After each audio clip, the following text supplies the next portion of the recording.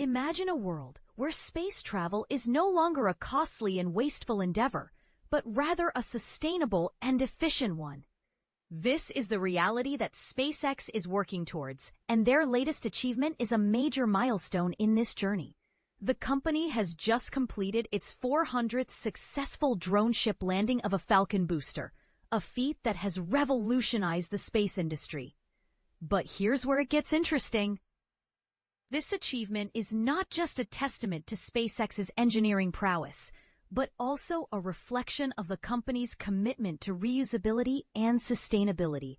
And this is the part that most people miss. The economic and environmental implications of reusable rockets are staggering. By recovering and reusing its boosters, SpaceX is able to significantly reduce the cost of access to space, making it more accessible to a wider range of customers. Other companies, like Blue Origin and Rocket Lab, are also working on similar technologies, and some are even pushing the boundaries of what's possible. For example, Stoke Space is working on a rocket that's designed to be fully reusable, similar to SpaceX's Starship. And Chinese companies like Landspace and Space Epoch are also making significant strides in this area. But the question remains, what does the future of space travel hold? Will we see a proliferation of reusable rockets, or will new technologies emerge that make them obsolete? One thing is certain, the space industry is on the cusp of a revolution, and companies like SpaceX are leading the charge. As John Edwards, SpaceX's vice president of Falcon and Dragon, noted in a recent post, the company must continue to push the boundaries of what's possible in order to stay ahead of the competition. And with the likes of Blue Origin and Rocket Lab hot on their heels, it's clear that the next few years will be crucial in shaping the future of space travel. But here's the controversy.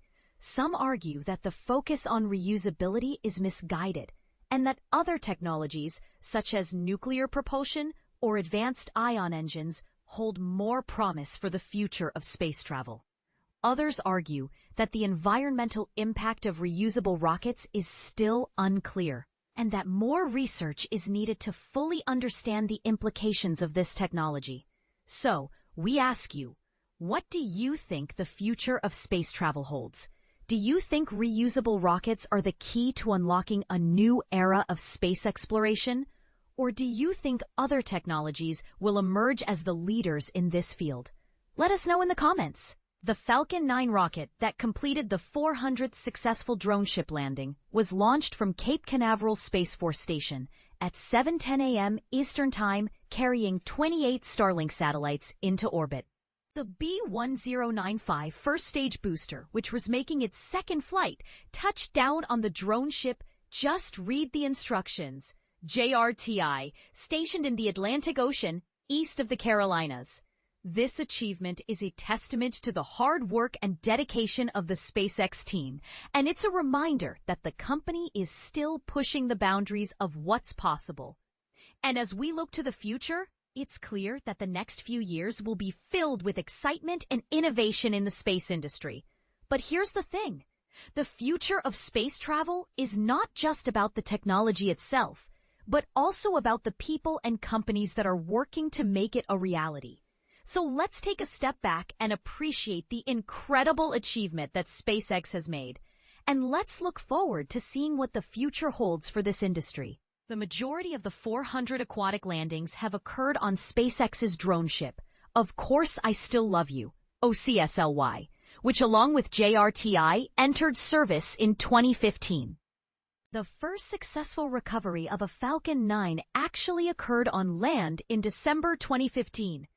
And it wasn't until the launch of SpaceX's 8th Commercial Resupply Services CRS-8 mission to the International Space Station on April 8, 2016, that the company managed to successfully land at sea. The successful landing on OCISLY followed a string of failed attempts, including one that damaged beyond repair the first drone ship to bear the name JRTI. SpaceX's fleet of now 3 drone ships, which include a Shortfall of Gravitas, are key to SpaceX's ability to reuse its orbital rockets. In a mid-August post on X, formerly Twitter, John Edwards, SpaceX's vice president of Falcon and Dragon, touted the economic vitality of booster recovery for the company. It's easy to become complacent in this situation, which is concerning, e.g. the tortoise and the hare. So we must keep challenging ourselves to achieve higher launch rates, greater lift capability, and higher levels of rapid reusability, Edwards said. Eventually, our competitors will show up, but when they do, we must ensure they are still far behind in our rearview mirror.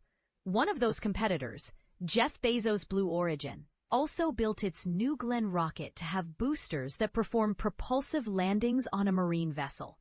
The company tried to land its first booster, dubbed So You're Telling Me There's a Chance, during its first flight in January 2025, but that proved unsuccessful. Blue Origin will try again during its second launch, using the booster named Never Tell Me the Odds. It will launch a pair of Mars-bound satellites for NASA and then aim to land on the vessel named Jacqueline, after Bezos' mother. Similarly, Rocket Lab also plans to perform propulsive landings with its Neutron rocket using a 400-foot-long landing platform that's being built out by Bollinger Shipyards. The vessel, called Return on Investment, is expected to debut in early 2026, according to a July 2025 statement from Rocket Lab. The company attempted a parachute recovery of the first stage of its Electron rocket. But plans to catch the descending rocket by helicopter did not work. Although boosters were subsequently fished out of the ocean after splashing down, they were not reflown. A single Rutherford engine was refurbished and reused.